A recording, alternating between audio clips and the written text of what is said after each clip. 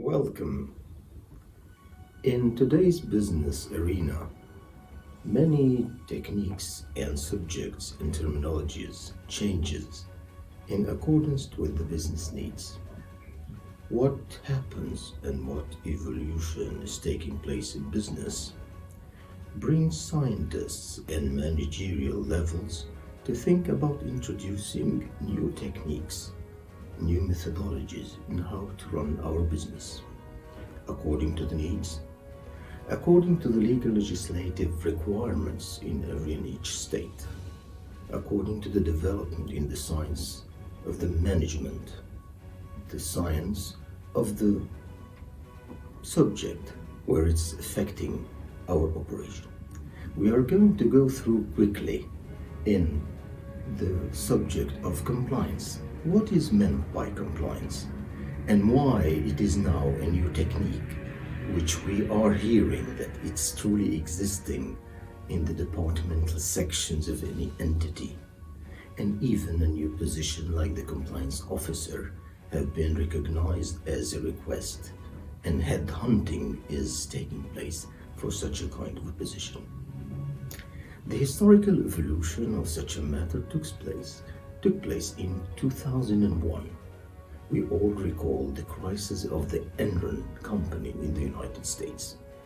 Other companies like Parmalat in Italy also have got a problem, which is related to how the management failed in those companies, Enron, Parmalat, and many others, to produce a kind of a transparent introduction of their financial statements to the public, to the stakeholders. After which governments created, especially in the United States, what is called the Sarbanes-Oxley. The Sarbanes-Oxley measures and requirements make a kind of an enforcement to the companies to reveal in full transparency full financial information, full financial management information, and to ensure all stakeholders, the internal stakeholders of the company and the external stakeholders, about how the company is operating and how the financial statements need to be reflecting 100% accurate, not just only figures, but also to ensure the stakeholders that the company was in full compliance with the requirements which is needed to be fulfilled by the local legislatives in the state where they are operating, and also according to the standard operating procedures that they are doing.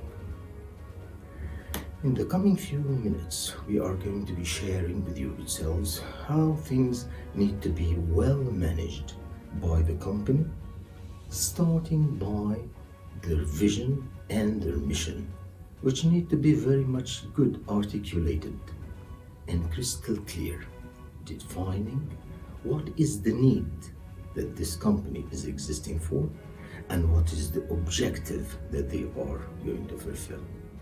Starting by the mission and the vision of any company, the management starts to develop a structured approach in how the operations are going to be managed in the day-to-day activities.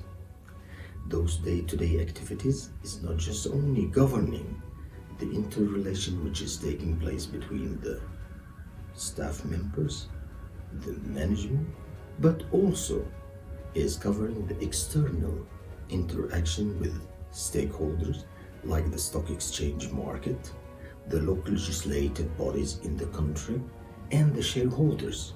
So now we are maintaining a kind of an equilibrium between internal and external stakeholders.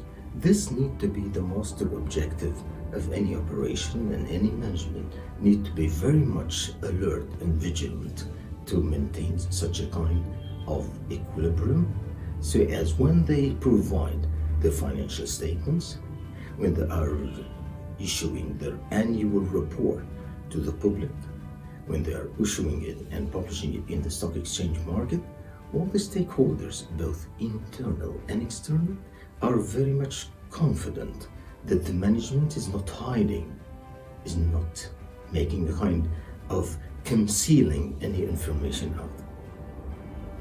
Excellent. So compliance is starting with fundamentals and characteristics, which is keeping in mind the vision and the mission of the company, and working in full transparency. Everything is transparent, showing crystal clear accountability in relation to the roles and responsibilities of the management and the staff members, and also showing kind of fairness. So those three characteristics is ensuring that we are having a sound financial reporting, financial statement, and a quite good management by the company. Those three characteristics need to be having kind of tools that need to be there in place. All these things is discussing matters called the governance. So the governance is going to ensure that we are having this kind of an atmosphere and is going to be covering the following aspects. First, compliance. We need to be very much compliant in the standard operating procedures that the company has developed one day. So the staff members are going to be abiding and going in line with those developed standard operating procedures and policies. Starting with strategies, which is covering the long term, policies, which is covering the midterm, and the day-to-day procedures, which is covering the day-to-day activities. So strategies, policies, and procedures is showing the clear way for the staff members so as to act.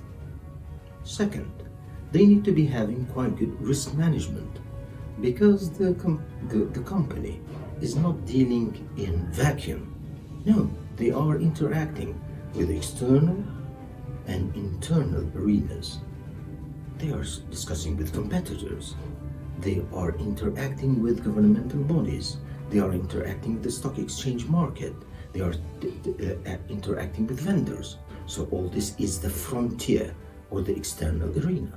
Internally, they are having the management and they are having the stakeholders of the staff members.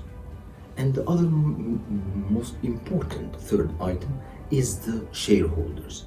So we are discussing the external, which is what we discussed, the internal, which is the company, and the stakeholders who are holding the stocks of the company. So risk management need to be very much there, administered properly, so the company would never been surprised by any kind of a risk that might encounter its operation, either in the external or the internal arena. Risk maps are going to be developed. Mitigation plan is going to be in place. Crisis management is going to be there, crystal clear, articulated. So when any kind of an outbreak exists, an outburst in the day-to-day operations, the company is not going to be surprised, is not going to be taken by surprise. They are going to be very much ready to manage these kind of risks. The other third fundamental is about strategies. What are the strategies that the company is developing so as to tally with the vision and the mission that we are crystal clear articulated in the first place? So definite strategies which is covering a period from 5 to 7 years need to be very much intact and need to be very much in line with the vision and the mission of the company. From strategies, we are going to be having the policies. From the policies, we are going to be having the standard operating procedures where the staff members are going to be working. So like what you can see here, that all the things are very much interrelated to each other. They are working in full cohesion. They are not separated. We are not working in isolation. They are not talking in silos. No. Strategies is in line with the vision and mission, and then the policies are going to develop, and the procedures are going to develop, and then the staff members are going to be deploying. Reports are going to be reported either periodically, on a quarterly basis, in a biannual basis, on an annual basis. It's going to be produced to the tax department, to the stock exchange market. It's going to be viewed by the external auditors of the company.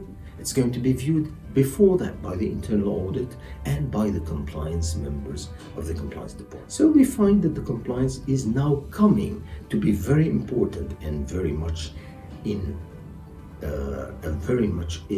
need for each company. So the compliance come as a materiality and as a kind of a request for all the companies to be existing. A compliance officer need to be there, a compliance department to be there, so as to ensure that all those standard operating procedures, all those policies, all those strategies are well embedded. This about the practical side of the story. There is another very much important matter that we cannot ever miss: the ethical approach. Compliance is a truly ethical approach, attitude. So it is both ethical and technical. They are working hand in hand, working together. So we need to be crystal clear accountability, crystal clear transparency, crystal clear fairness. This is the ethical part. Crystal clear strategies, crystal clear policies and procedures, and full obedience by the staff members and the management. Those two flanks are working together so as to bring us in a true full compliance for this company in dealing with all the stakeholders, like we mentioned, both internal and external. What would be the ultimate objective for the compliance? It is what they call internal control framework. What is meant by internal control framework? It's a kind of a tool that ensures every and each one that this company is not acting haphazardly. No, they are acting in full, well-arranged steps and well-arranged management of its resources, well-managed interaction with external stakeholders, with internal stakeholders, with the public, with the shareholders, so as to ensure that the objectives set in the strategies of the company, which is in line with the visions and the missions, are working hand in hand and in its stride to reach the company's objective. In full compliance, doing things, in full compliance, having excellent ties with external auditors, having excellent ties with the legal legislative bodies in the company, and fulfilling the objectives of the company. This is in brief a promo about what is meant by compliance and what every and each entity in the business universe need to be fulfilling. Thank you.